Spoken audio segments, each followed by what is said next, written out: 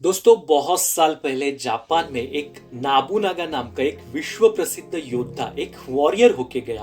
वह अपने होशियारी, साहस और हिम्मत के लिए बहुत ही प्रसिद्ध था। तो आज हम उसकी ही एक प्रसिद्ध कहानी सुनेंगे।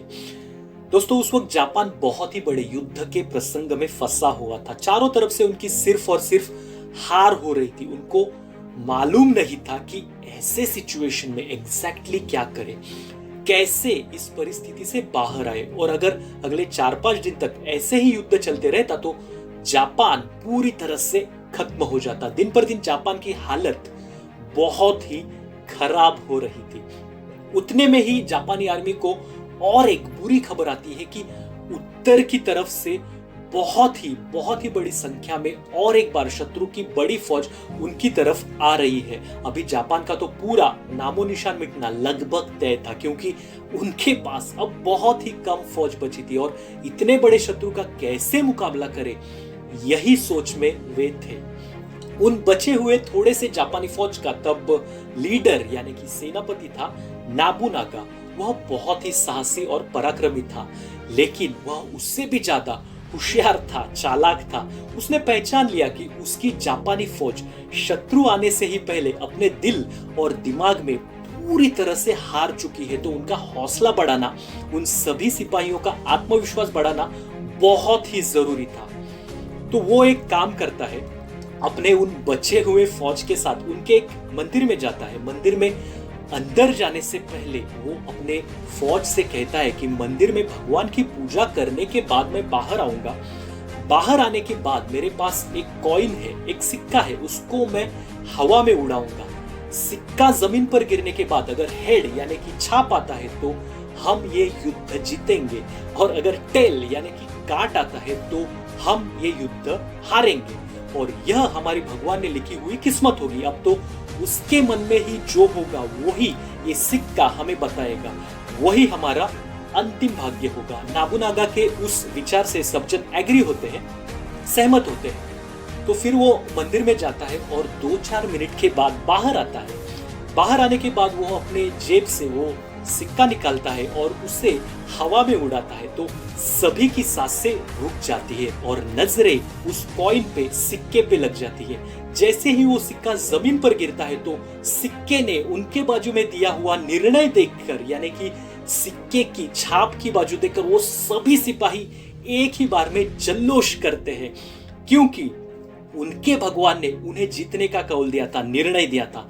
सभी सिपाही अब पूरे जोश से, पूरे आत्मविश्वास से भर जाते हैं और जब युद्ध शुरू होता है तो वे अपने पूरी जी जान लगाकर लड़ते हैं। उन जापानी मुट्ठी भर फौज का वो जज्बा, उनकी हिम्मत और पराक्रम देखकर शत्रु की फौज धीरे धीरे पीछे हटने लगती है और फिर अगले कुछ पलों में शत्रु सैन्य मैदान छोड़कर भाग जाते हैं। उस विशाल महाकाय शत्रु फौज के सामने उन मुट्ठी भर जापानी फौज की जीत हो जाती है।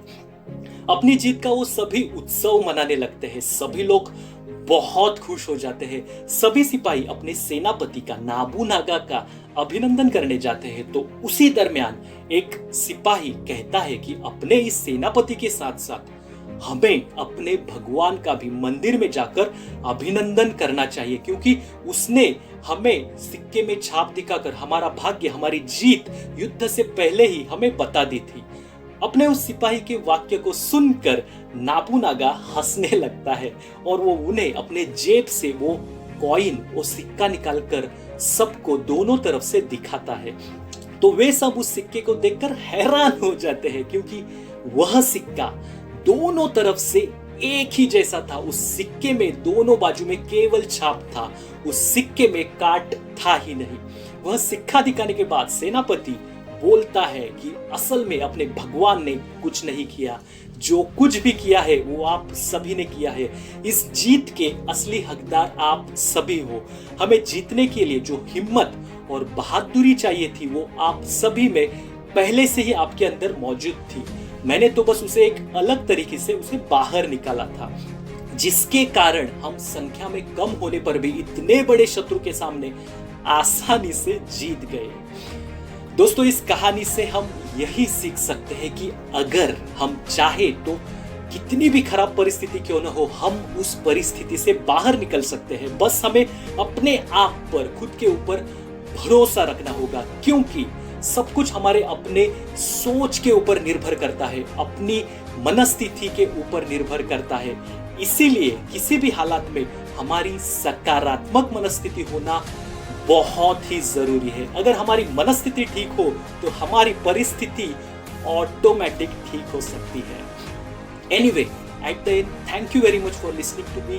Please always be careful, always take care, and love you all.